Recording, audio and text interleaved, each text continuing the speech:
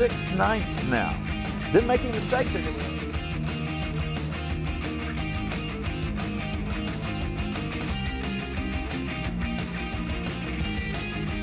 Hey folks, welcome out here to TN Learn Mathline Summer School Style. We are here in the summer, and you are too. I'm Ernie Roberts. I'm your host for this afternoon's session of TN Learn Mathline. Thank you for tuning in, and we've been having some fun getting back to really the basics, and we're going to continue to do that this week and throughout the summer. We're going to be giving you remediation times, chances to really learn pick up some skills, those kind of things that will help you get ahead for next year in your school year. Fall's not too far away, but we're going to enjoy summer while we can. And this is not a call-in show, but you can still send us problems that you want to see, problems that you want us to deal with, questions you may have. Do it to our email or also to our Facebook. We will love to pick you up there, all right? But for today, it's all about, well, let's see what it is all about. Guys, what do we got for our slate today? We like to multiply. Well, we've been multiplying quite a long time. We're about to run out of those, but we want to make that important practice time in TN Learn Summer School Mathline. What are we here for? To help you and get you better and better at those times tables and such. So that's where we're going today. So let's see what our first problem situation is all about. Applications. You know, let's not just multiply numbers all the time over and over and over again, but let's have some context to them. Let's put them somewhere where they make sense. And the area of a rectangle, that good old, you know, some of you want to call it a square, but this one's not quite a square because the width is a little bit more than the length. Did you notice the way that was said here? It says find the area of a rectangle if its length and width are 7 feet and 8 feet respectively. Now the word respectively, I have sometimes go like, well, what does that mean? And it is kind of a fancy long word, isn't it? It basically says that the length goes with the 7, the width goes with the 8. All right, just in the order that the two words length and width came in goes with the same thing with the 7 feet and 8 feet. We are in feet here. To find the area, it's all about multiplication. And once we multiply them out, we're going to have square feet. All right, which people say, that's such an interesting concept. That's a strange looking thing. It means we're going to get little squares that are foot by foot. Okay, how many of those can we put inside that rectangle? But let's take a look at the problem first of all. By getting ready, we have 7 and 8, and I said something to the fact that we have to multiply. So a quick formula, I'm going to write it down here. We'll take the length times the width, and that's what's important, is know that we have to multiply. And then, once we've got that, is to be able to multiply. In other words, know our times tables on these. We're going to keep a few more runs on the times tables today. And let's see what's happening here. 7 feet for the length. All right, so I'm going to put 7 feet here. And I'm going to put another way to write multiplication. We can put in parentheses times 8 feet. All right. So in other words, we're going to say, what is 7 times 8? Now, I hope you all know it's not 54. That's right. That's 6 times 9. So many times, because they're so close to each other, we get a little confused on that. And then, oh my goodness, bring 5 times 11 in there to get 55. It really gets confusing. But what number is 7 times 8 going to give us? It's going to give us 56. All right. So we got 56. And I have feet times feet. And notice I said something about that. It gives us what we call feet squared. All right. It's a nice way to start learning that, because when you start multiplying variables in algebra and pre-algebra, you're going to say x times x, which gives you x squared. A times a is a squared. So feet times feet is feet squared. How about that? Works great, doesn't it? Absolutely works great. By the way, that simply means, you say, what does that mean? It means we have 54 square feet, SQ for square, and feet for FT. We usually use that. But that's the idea. So a square foot is a foot by 1 foot. Nice little square. We put 56 of those inside this rectangle. We'll fill it up completely, and that's our area, 56 square feet. Now you could also say 8 times 7, but just remember, we did say the width was 8, and we said the length was 7 in this case, but commutative property would still give us the same amount of area. So it's a moot point. It just happened to be we follow the formula there, all right? But that's our starter. That's our starter. We're all about multiplication today. A few more examples. We're going to do a lot of area. We're going to do a lot of area today, and also maybe throw a perimeter or two in there. You never know. You never know. And a little money. speaking of a little bit of money, let's take a look at our next value here. It says, how many quarters are in $12?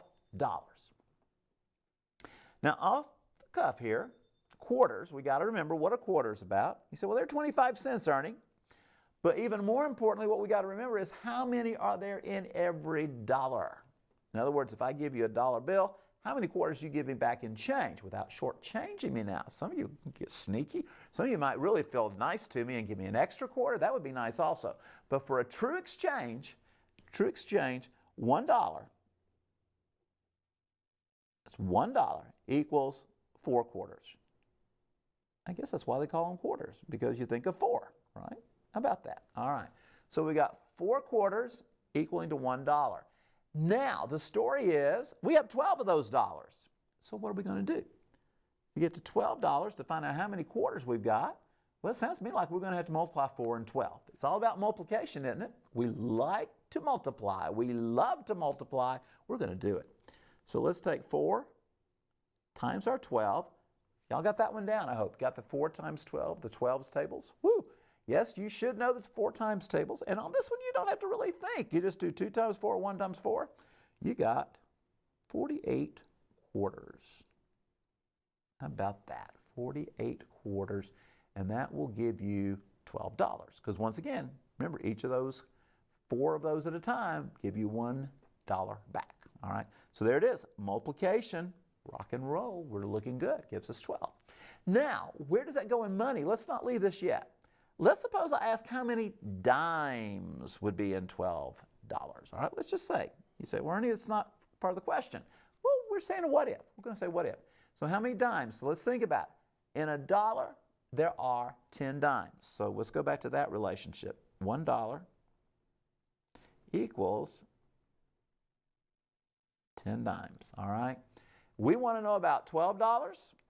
So we're going to take 10 times 12. Again, nice to know those times tables. And this one's really easy because all you got to do is put 12 and add a 0, right? So it's going to give us 120 dimes. And life is good. Life is good, all right? And that's our story there on this kind of thing, conversion. But guess what? Since we were having $12 and $12, we got to know how to convert. We got to know how to multiply, all right?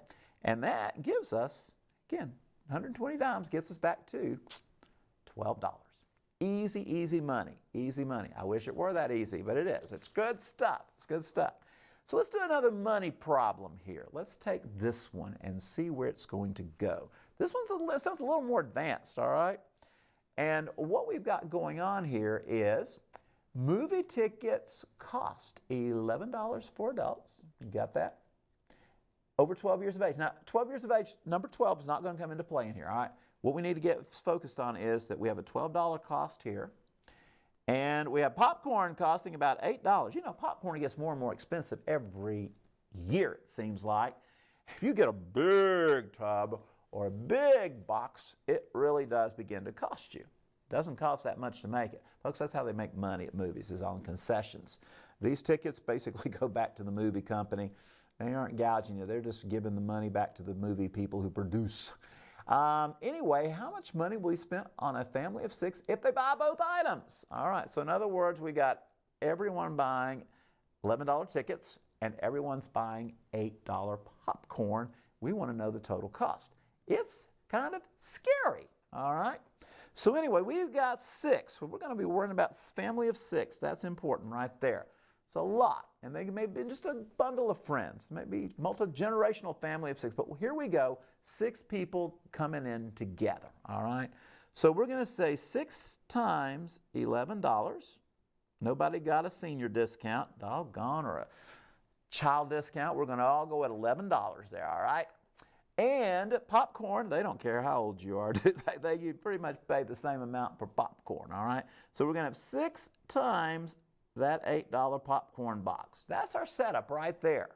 Now, this is a 2-part situation. This is where if you go bumbling along here and you don't think about order of operations, you're going to spend a lot more money. You're going to have a mess, actually, if you go and try to work this across. What you need to do is what I underlined here. That's ticket cost, And that, folks, is your popcorn cost, all right? So in other words, we're going to multiply 6 times 11. We're going to multiply 6 times 8. That goes first. Now, that's order of operations. We always multiply and divide before we add and subtract. All right, so let's take care of that.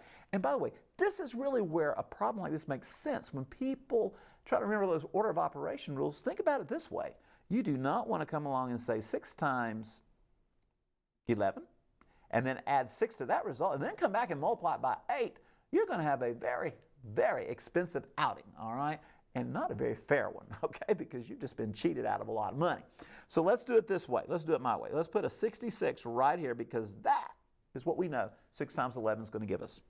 On down the line here, we get 6 times 8, which is going to give us 48. It's still dollars because that's what 6 times 8 is. Again, you know your multiplication tables. Life will be good, all right? Now, adding these together, off to the side here, I think we can do that mentally. You know, I think we can, but let's do it anyway, off to the side. Some of you are going, please put it off to the side. All right, we're going to add them together, and it looks like I've got 14 going this way, send a 1 over in the tens column, and I've got 114. That's still a lot of money. That's a lot of money there. Now, someone's going to think, Ernie, and I hope you are. You know, I always say that. Someone's going to say, could we have added 11 and 8, gotten 19, and just multiplied one time by 6? We could. I don't know the 19 times tables, but I do know this. 19 is close to 6. Well, it's not close to 6. 19 is close to 20. Let's do that. Let's see what 20 times 6 would give us. Now, 20 times 6 is easy to figure out. 19 is not very close to 6 in case some of you are wondering, what is he talking about? Got a little sidetracked. That gives us $120. Now, look, I'm supposed to be at 114. So if I subtract 6 from here, guess what? Yes, we are. We're at $114. So yes, you could work it out either this way, you could work out this way. Personally, I think the additions and the numbers are easier here. But if you got a good thought about that 20 times 6, actually that works pretty quick too. Do 20 minus 1. How about it? Get a little change back from your $120. Woo! $6 back. All right. Anyway, we digress a little bit. There's your money moment. There's your money moment. Let's go back and do a rectangle again. All right, let's do a rectangle one more time here. Actually, we're going to probably do a lot more times than one. You got an area of a rectangle if its length is 8 feet and you have a width of 9 feet. Wow, that is a pretty good rectangle. Now again, think about it. There's the length as we tend to look at it. Width is going to be a little longer this time than the length, and back together. All right, there's your rectangle. The formula, as we used the last time, is area equals length times our width. Very straightforward, very easy to do. And we're in feet again, all right? So not much happening here except we're going to just review. We're going to review what we had just a minute ago on the show. So we're going to take our 8 feet and we're going to multiply it by 9 feet. Now the big deal here is we get to use a different times table, a different multiplication fact, if you will. So let's go with 8 times 9. That's going to give us 72. Everybody got that one, right? You knew 8 times 9 or 9 times 8, however you want to look at it, is 72. Now we got feet times feet, which is going to give us feet squared, or as we like to call them, in good old American English, whatever terms, we call those square feet. You say I use the word English there because that's called English measurements. We're using feet and inches. Metric, those are meters, centimeters, and all those things. We still love our feet and inches here in the United States of America. All right, we're one of the last places that still uses all those things, but we still love them. And you know what? As long as we got them there, we can still deal with them. Still with them. Square feet, that's how we measure our area. All right, now let's go to another little switch up here. Let's see what we've got with area and perimeter of a square. I went ahead and drew the square because there's a little bit about the square. A lot of people get squares and rectangles mixed up. There is a relationship.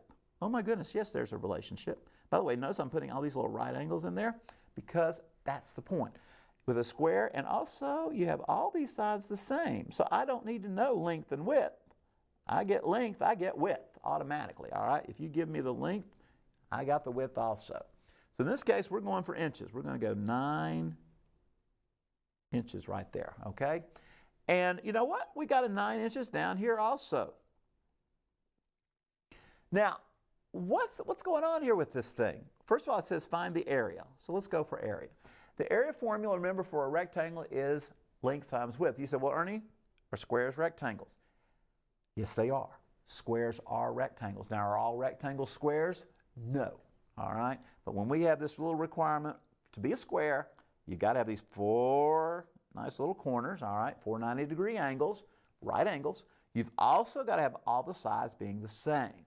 Not all rectangles have equal sides. So again, squares, yes, they are rectangles, but are all rectangles squares? Phew, boy, it gets confusing, doesn't it? Not necessarily. You've got to have all the same length. All right, we good? So anyway, we're going to deal with all being 9 inches here. Okay, and we got them over here. Might as well put it in there. I know. You say, Ernie, go ahead and finish it. So what's the perimeter? The perimeter is when we add them all up, the area is still length times width. This case, it's basically side squared, which means to find the area, we're going to say 9 times 9. There's another one of your times tables, folks. Yes, it's going to give us 81. It is so important to know those things. And by the way, they are going to be square inches. That's your first thing, all right? The area is in square inches. We had inch times inch, which gave us square inches, all right? Now, here comes the perimeter.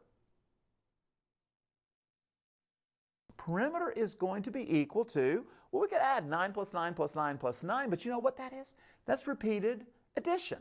Let's just multiply it 4 times 9 and take good care of this. And we're going to have 36 because we know 4 times 9 is going to give us 36. Not square inches this time, because I didn't say inch times inch. 4 is not 4 inches, all right? 4 is just 4. So this is going to leave us with 36 inches without a square effect, all right? And remember, perimeter is just going around the square. Area, oh, that space in between, all right? What's that? That looks pretty good. Square it and shade all in there. That's your area. That's your area, all right? So perimeter, area, rectangles, squares, money. Let's go back to a rectangle. Let's go back to a rectangle. Here we go. One more quick shot here. You're getting this down pretty well. I don't have to really talk you through this too much. Area formula, how about it? Length times width. Let's just go quickly to the source this time. This time the length is longer. So let's put it in there. We'll put 12 feet. And we're going to multiply it times 9 feet. And again, straightforward. Uh-oh, you know what 12 times 9 is? I hope you do. Hope you do. It's going to give us 108. 108. And it is, as we said, feet squared. Get in the habit of that. Feet times feet gives us square feet. And we end up, let's translate that into square feet. 108 square feet. It's so easy, right? If you know your times tables, it's so easy. And to think about how you get to square feet, if we were going to do volume, you say, volume, what's that, Ernie? That's where we have length, width, and then we get height. We go to depth, all right? 3 dimensions. We'll be into cubic feet if we had a 3rd dimension given to us, what our height would be. But we're only on rectangles. That's all you got to worry about right now, okay? That's volumes, all that good stuff later on there, all right? So let's take a little twist on our rectangle here. Let's take a little twist on the rectangle. It says find the length of a rectangle if the area is 63. So this time we're starting with our area. Square inches this time. The width is 7 inches. So what we're going to do is figure out what is the length right up there. That's what we're thinking. What is it? What is it? That's our important moment right here. So I'm thinking, I hope you all are too at home. We always think on T and Learn Mathline, don't we? Now, what times 7 is going to give me 63? I gave you something going evenly. It'll work evenly. It's not going to be some crazy fraction or a crazy decimal. It's actually going to be, yes, 7 times something. We could put that as an X. We could put that as a P. We just put it as a blank. That's what I'm going to do here. What number goes in the blank there? That gives us 63. All right, in this case, it's going to be 9. And by the way, that 9 represents 9 inches. Because how come? Because we've got to get, this is square inches, right? So it's got to be inch times inch to give us the square inches. And there you go. That one wasn't so hard, was it? Pretty straightforward. Works out pretty nice, doesn't it? Now, go back to one more time to our square. No picture this time. No picture this time. Let's see if we can do it without the picture. All right? Our next problem here. Find the area and perimeter of a square with length 12 inches. Remember 12 on all sides. So area, we're going to take, and this time it's inches, so let's do it. 12 inches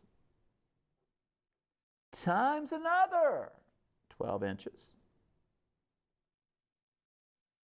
And that's going to give us 12 times 12. You got that? Everybody knows 12 times 12, right? I hope you do. 144, and it's going to be square inches. Inches times inches gives us square inches. Now, in nice English terms here, yep, how about it? Square inches. 144, there you go. That's where we are. That's where we are. That was easy. That's area. Perimeter, remember, all four sides added together. We'll use perimeter. I'm going to take 4 times 12 inches. Now, I didn't say 4 inches times 12 inches, did I, folks? Just shake your head. No, no, you didn't, Ernie. You didn't. All right, what we're going to do is multiply 4 times 12, gives us 48, and that applies to be our inches. So there we go. Remember, square inches for area. You're just walking inches around for perimeter. 4 sides to the square. That's where the 4 came from. Again, pretty straightforward, isn't it? Multiply to get to multiply the length times the length, which is 12 times 12. Here, we're doing the multiplication also, 4 times 12. But remember, 4 does not represent inches, represents the number of sides, number of lengths that we're using. So you got it going there. Area, perimeter, a lot of fun, a lot of fun. Now, we always like to have at least one challenge problem, even on what we think are, quote, easy shows for you guys out there. I hope this has been easy today. If you know your times tables, it is. If you don't, hopefully you've picked up a little more on them as we've gone along. Let's take a look at one last problem, which is kind of crazy, all right? If the area of a rectangle is 54 square inches, all right, in my mind, I'm thinking a rectangle. I don't know the dimensions here, though, folks. I don't know the dimensions. It says what integer values, that means nice whole numbers. We're obviously going to be positive on this because can't use negative lengths or widths for a rectangle. So what integer values less than 10? So we want them both to be less than 10. So that makes me start thinking, could it make up both the length and the width? All right, 54 is the magic number. Right there, 54. And being less than 10, that just simply tells me they're going to be single-digit numbers. All right, they're going to be single-digit integer values. So I'm already thinking I know what the answer is, but let's look at other options. There's more than, there are a lot of options that could give you 54 that are integers. Let's talk about them. First of all, how about it? 1 times 54. Oh, 1 times any number. So perhaps that's the length or the width.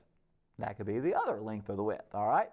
It gives us 54. It's a very, very long and very skinny, but it's not. Did you see my skinny? It went off the, there we go, very skinny. How about it?